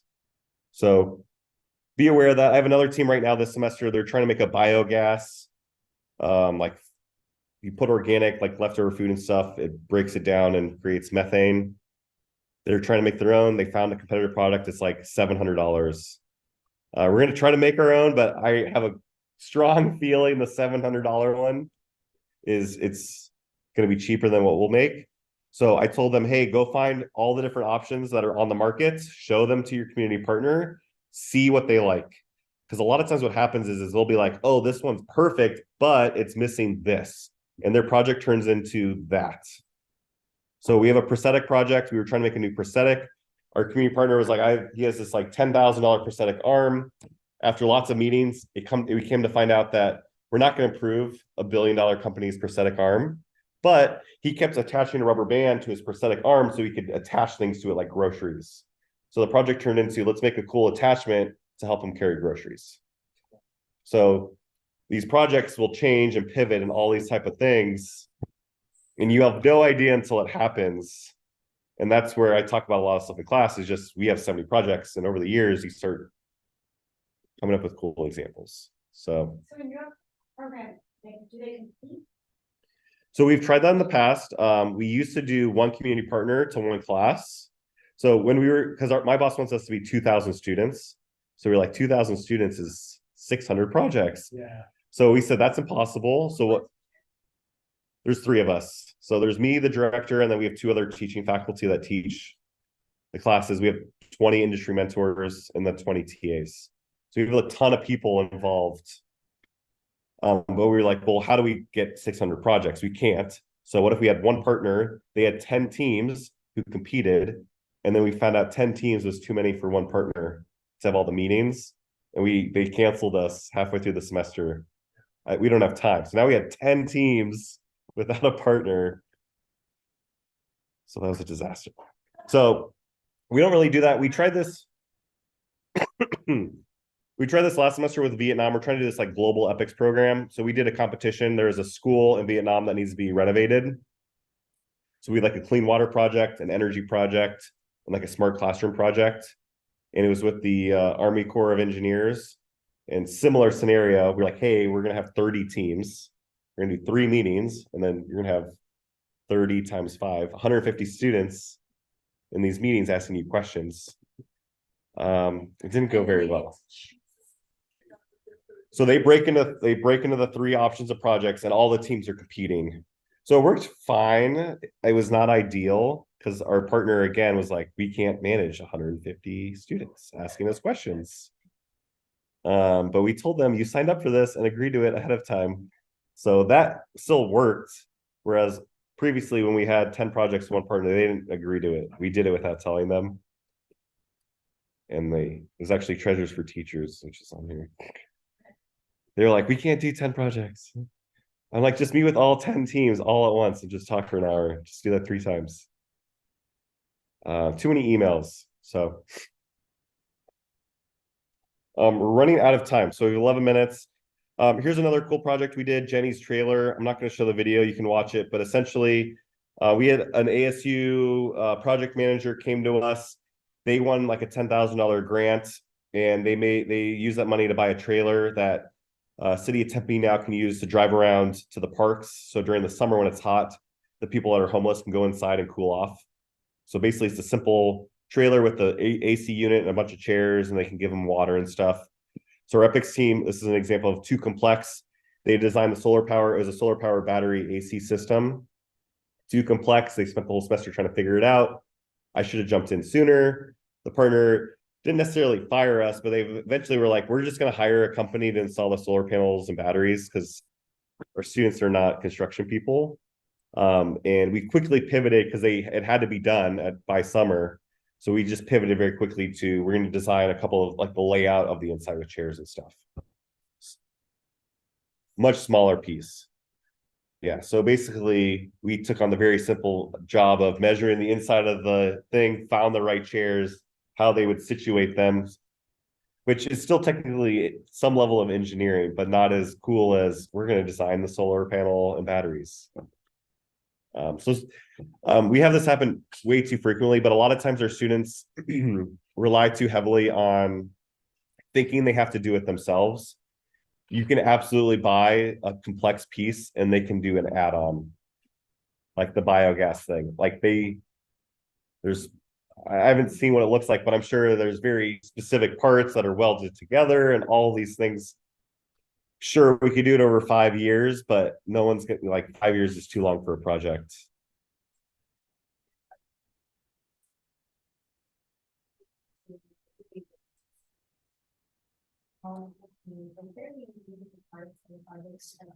There are like multiple teams that are a larger scoped project, which is like very real world.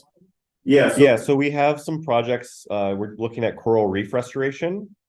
So we have a materials team and a structures team. So there's a variety of different ways that coral reef grow, but essentially I'm not a coral reef expert, but basically the larvae, I guess, is floating around and then falls to the ocean floor, and there needs to be like a structure for them to fall on to start growing. So we had one team that was like, what's the structure? Is it a pyramid shape? Is it flat? Is it what have you? And then another team that's making like the tiles that would go on the structure. So one team will design some cool shape, a pyramid. The other team is going to make the ceramic tiles. I think it's taking marks like a star structure dropping in the ocean. So there's a couple versions. So there's passive and active. So passive, if I remember correctly, is you get like baby coral that's already started and you zip tie it onto the rebar. And then there's another version where it's the larvae fall onto a piece and they start, which apparently takes like forever. So we're doing the slow one. But ASU just opened up our new School of Ocean Futures. I had no idea. ASU bought a building. It's actually a house in Hawaii. And there's like 5 to 10 faculty who I need this job. They just go scuba diving in Hawaii looking at the coral. I was like, this will be the easiest thing. They're a brand new school. Faculty, they will not meet with us. They're like, sorry, we're scuba diving 8 hours a day. We have no time to meet with you. They're like, in 3 months in the winter season, we're not going to the water. We'll meet with you then. I'm like, what? So if you ever get the ASU magazine, it is. And ASU, we have our monthly magazine. They've been in the magazine like every month for the last 6 months. Like they're getting so much publicity. I'm like, how's some students? More publicity. Yeah. Temperature. So I added like 10 projects to ocean stuff. So I just started brainstorming projects. So like we have one that's like ocean temperature monitoring. So I didn't know this, but the ocean temperature is going up, but there's a lot of areas where rivers are, their water's flowing into the ocean and it's keeping the temperature down. So that coral's fine, but it's the other 90%. What? Really, Yeah. Yeah. 3D printed. really. Like, what do you mean, like, I don't understand it all, it's very complicated. Like Like there's special tiles. tiles and like different structures. So like a maze structure. So like the larvae, as they fall and get trapped and then don't get disturbed and they can start growing.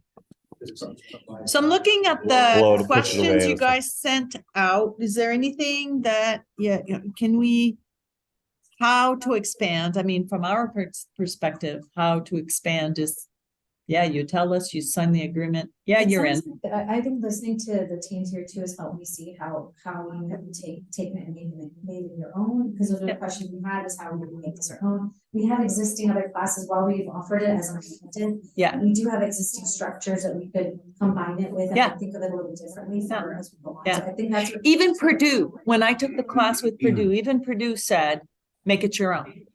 As long as it's engineering, as long as it's communities. Yeah. Oh, absolutely.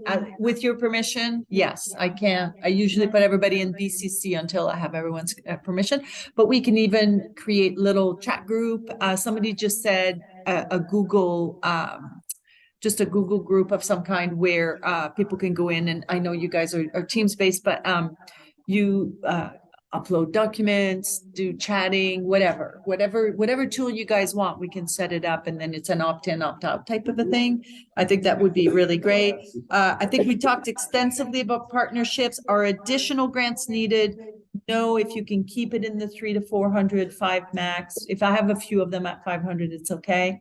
But we generally will fund it. And like I said, we're just tried a new grant application with APS. We'll see what that we have. APS donates to us in other areas, but we just did APS. We'll see if we get it. Yeah. The late pitch funding cycle, we would have a hard time getting materials. Getting the materials and the kids having time to build.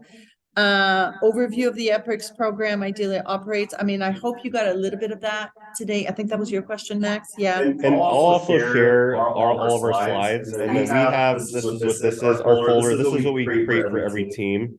So we have like a team summary doc where the first couple of weeks, super zoomed in, hold on. So they'll form into teams. They'll pick out all of their, I don't know if you can read this.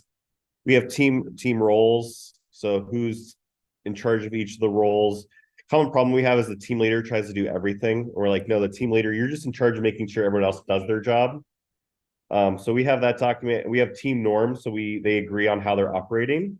So the most important one here at the end is, how do you fire someone from your team? Hope you have to have that happen, but we just like a clear mechanism. Like if someone is not doing their work, there's like documented processes on how to get them involved. Not to scare them, but there's that. Here's our statement of work as well. So we have them put a description of the project. We have them start thinking through who are all the key stakeholders. Can't probably see that. There you go. We're using OneDrive now. Who are key subject matter experts that they might need? So I say you might not need them now, but try to find some people that might be helpful. So I can kind of help you with some of that. And then they come up with their semester goal, semester deliverable, testing plan. And then we have our design doc. This is also what Purdue has. I've kind of combined ASU's and Purdue's. But basically, this is what they're working on the entire semester. So I would say this is probably a good key piece. And again, feel free to, can't zoom quite right. Yeah. So this is what we have them work on. It's a very lengthy document. Our number one complaint is documentation, but if you have multi-semester teams and people are joining and leaving, or continuation of projects, you have to have them document. So they'll put in the description of their community partner. A key thing I always talk about is a lot of times students see adults as all-knowing knowledge people. And I have to remind them frequently that adults do not know everything. If your community partner says the flow rate is X, but their degree is business, do not trust them. You should go talk to the maintenance team or whoever it might be. Make sure you're talking to the right people. So when I was a student, that was the biggest mistake I made, was we got all of our information from one person and we later found out that they were guessing. So a year in, we had a meeting with the city of Phoenix to approve of our new storm drain design.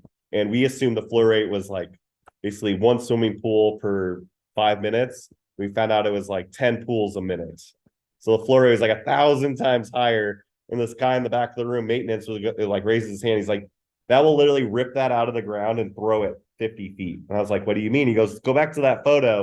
I'm like, yeah. He goes, those are 5-foot boulders. You notice how there's a pile? Yeah, because it throws 5-foot boulders down the wash. And I was like, I wish I had known this a year ago. So I just try to bring those things up that they need to recognize there's other key people they need to talk to. We go through a needs assessment. Some of the stuff is not, I mean, it can be definitely improved upon, but they come up with stakeholders, come up with a problem statement. So I'll share this all with you. Here's our user needs list. They come up with a timeline for the semester. What's their goal? One thing we didn't talk about today is Pestle. It's a very powerful tool that we use. It's political, economic, social, technological, legal, and environmental. We do a fun activity where essentially we created this like matrix of evaluating different things on like 1 to 10. Do we have enough time to talk about this, or people have to leave right now? Real quick. So we have this island and they have to pick another island to build a bridge to. And we have this analysis, like this island has 7 out of 10 in terms of rating for universities. This one's 7 out of 10 for schools. This one's 3 out of 10 for what have you. Which one's the best one to go to? And then they have to interview me. And what they realize is once they start interviewing me, the team that made that fake matrix didn't actually do Pestle. So if they ask me the right questions, they'll be like, well, what's the problem with A? Are there any political constraints? I say, oh, great question. Actually, there was a dispute 10 years ago. Now there's really high trade tariffs. And then I go, B, they ask questions about social. I go, oh, B speaks a different language. C, oh, they have environmental regulations. They have the bald eagle of the US. It costs extra money to move the bald eagle nests that are on the coast where your bridge would go. So they realize, oh, we have to ask these specific questions, because if we just look at it surface level, we'll forget about regulations and political things and those type of things. So I'll share that activity with you as well. But then you know you can kind of go through the rest of this. There's quite a bit here, and I'm happy to set up separate meetings and go over it. But if you use Purdue's, this is based off theirs. I just moved some things around and added like Pestle and a couple other things to it. So really, I noticed that on some of the job roles are different. The flyer that I originally saw. Do we have any descriptions for those? Like your responsibilities? And again, it's because Purdue, what you have access to through me, which I wrote to her today to get you guys, now that you've done this training, that you should get your own accounts. So you don't have to go through me anymore. But the reason is because you're looking at Purdue. He's developed his own based on what he wants. It's not, both are good. It's whatever, and you might look at what he has and go, it's high school. I'm going to pare it down a little bit. And this is how I'm going to. Maybe yours is better because you can do more time with the students. Yeah. Like I wouldn't say ours Yeah. is the best. I would not assume You do you boo, as my daughter says. Right? You do whatever works Yeah. for you. I can tell you Rancho Solano, he's middle school, he's designed his own curriculum based on all of this stuff, and he has his, and he does what Jared does, and he edits it every year and does. Yeah. So Yeah. as far as like the development kitties here for cross school collaborations, so students choose. Yeah. Yeah. So contract needs stakeholders, community partnership, lead assessment, design cycle, engineering design process, universal. Were there any other terms that are like key conversational pieces or human-centered design? Human-centered design. Human-centered design, because they use human-centered design instead of the design algorithm, or the engineering design algorithm. The engineering design algorithm is outdated, nobody uses it anymore, they use design thinking, and human-centered design. They default the design thing, but human-centered design is a good one too.